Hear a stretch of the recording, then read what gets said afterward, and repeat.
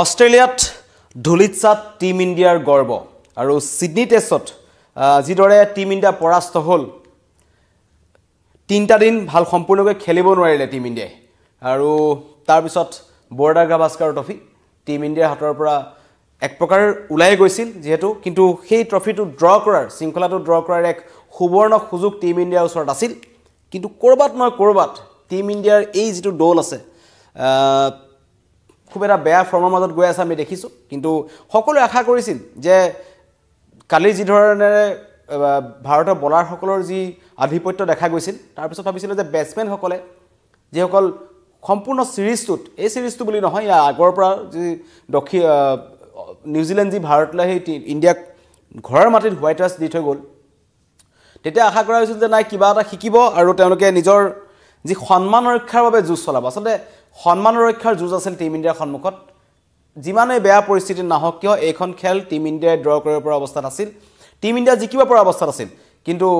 কৰবাত টিম ইণ্ডিয়াৰ বলাৰসকলক আজি বুমৰাহ যিহেতু তেওঁ কালি তেখেতে কিছু দুখ পাইছিল আজি তেওঁ বলিং কৰিব নোৱাৰিলে আৰু বুমৰাহ নথকা অৱস্থাত টিম ইণ্ডিয়াৰ বলিঙক কেনেদৰে ক্লাব পৰ্যায়ৰ বলাৰৰ দৰে খেলিলে অষ্ট্ৰেলিয়াই সেইটো আপোনালোকে দেখিলে গতিকেলৈ এই জয়ৰ লগে লগে টিম ইণ্ডিয়াৰ সপোন যি WTCত ক্ৰমাগতভাৱে তৃতীয়বাৰ ফাইনেল খেলা বা খেলি তেওঁলোকে WTC ফাইনেল জয় কৰি টেষ্টৰ ফাইনেল জয় কৰাৰ যি সপোন আছিল সেইটো কিন্তু তেওঁলোকৰ সম্পূৰ্ণভাৱে নাইকিয়া হৈ গ'ল এতিয়া ফাইনেল খেলিব দক্ষিণ আফ্ৰিকা আৰু অষ্ট্ৰেলিয়াই কিন্তু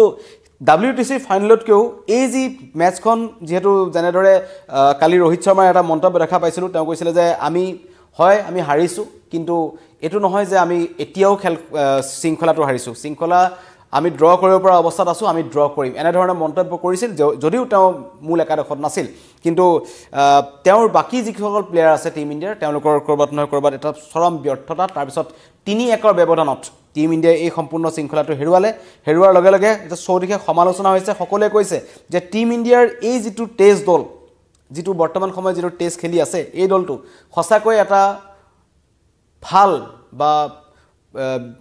টেষ্ট খেলিব পৰা একাংশ খেলুৱৈ ইয়াত আছেনে সকলোৰে প্ৰশ্ন উদয় হৈছে কাৰণ হ'বই যি ধৰণে তেওঁলোকৰ খেল প্ৰদৰ্শন কৰিলে আমি যদি কওঁ 10 বছৰৰ পিছত টিম ইণ্ডিয়াৰ এই ব্যৰ্থতাৰ 10 বছৰৰ পিছত কিন্তু অষ্ট্ৰেলিয়াই পুনৰ বৰ্ডাৰ গাভাস্কাৰ ট্ৰফি দখল কৰিলে তেওঁলোকৰ নিজৰ নামত কৰিবলৈ সক্ষম হ'ল আৰু সিডনী টেষ্টত অষ্ট্ৰেলিয়া 6টা উইকেটত জিকিলে ভাৰতে এটা সামান্যতম 162 ৰানৰ এটা টাৰ্গেট দিছিল যিটো টাৰ্গেটক হেলাৰঙে তেওঁলোকে 4টা উইকেট থকা অৱস্থাতে কিন্তু তেওঁলোকে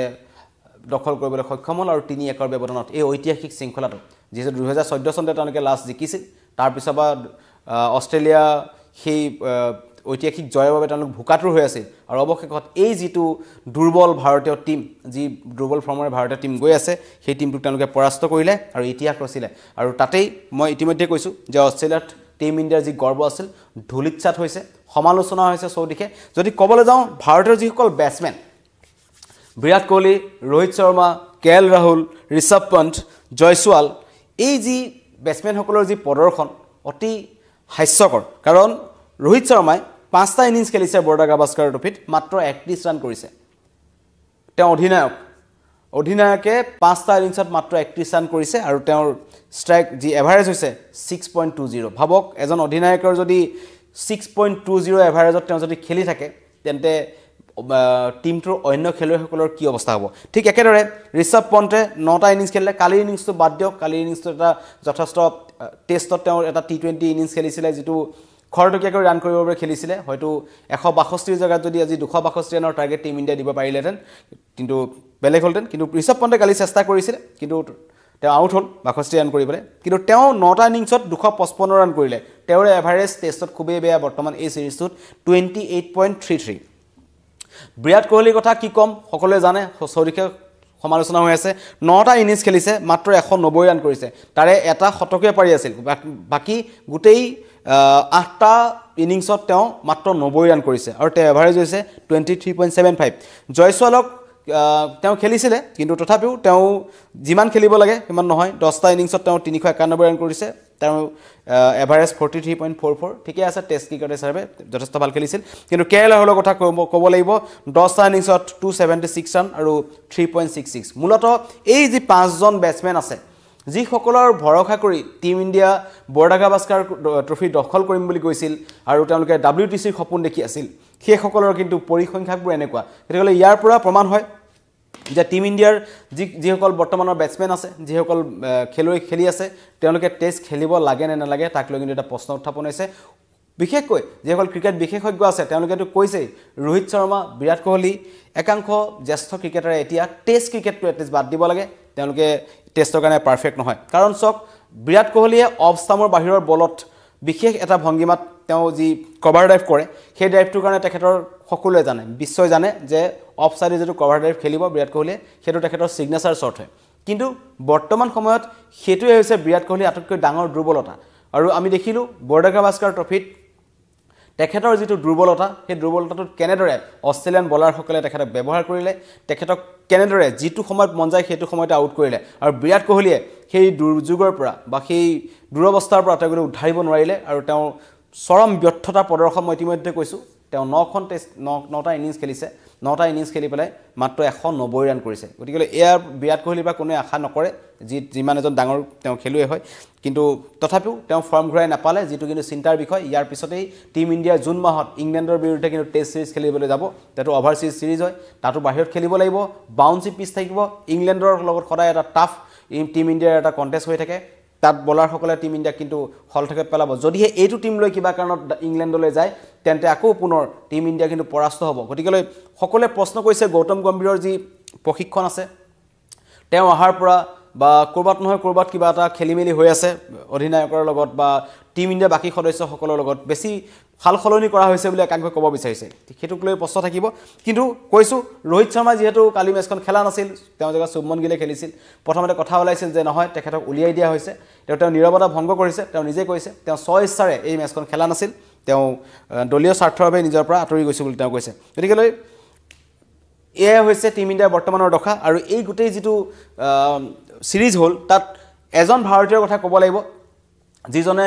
একান্ত ব্যক্তিগতভাৱে তেওঁ কিন্তু নিজৰ প্ৰদৰ্শন অব্যাহত ৰাখিলে আৰু সকলোকে তেওঁ চমক দিলে জসপ্ৰীত বুমৰাহ যাক এই সিৰিজটো এটা মেন অফ দ্য সিৰিজ ঘোষণা কৰা হ'ল আৰু এই সিৰিজ আজি মেচখনৰ যি সিডনী টেষ্ট আছিল তাত স্কট বলেণ্ডক মেন অফ দ্য মেচ ঘোষণা কৰা হৈছে গতিকে জসপ্ৰীত বুমৰাহে যিমান প্ৰদৰ্শন কৰিলে আৰু প্ৰথম মেচখন একমাত্ৰ ভাৰতীয় বলাৰসকলৰ বাবে টিম ইণ্ডিয়া জিকিছিল বেটছমেনসকলৰ কোনো ধৰণৰ কৰ্তৃত্ব তাত নাছিল গতিকে এই পৰাজয়ৰ পিছত সকলোৱে একেমুখে টিম ইণ্ডিয়াৰ সকলো যিসকল আমাৰ খেলুৱৈ আছে তেওঁলোকক প্ৰশ্ন কৰিছে যে টেষ্ট ক্ৰিকেটটোক লৈ পেলাই তেওঁলোক কিছু সংযম হওক ভালদৰে খেলক কাৰণ ধৈৰ্য লাগিব টেষ্ট ক্ৰিকেট খেলিবৰ বাবে এনেদৰে T20ৰ দৰে অধৈৰ্যভাৱে কিন্তু টেষ্ট খেলিলে নহ'ব যেটো বৰ্ডাৰ কিছুদিন পূৰ্বে সুনীল গাভাস্কাৰে কৈছিল ঋষভ পন্তৰ ক্ষেত্ৰত যে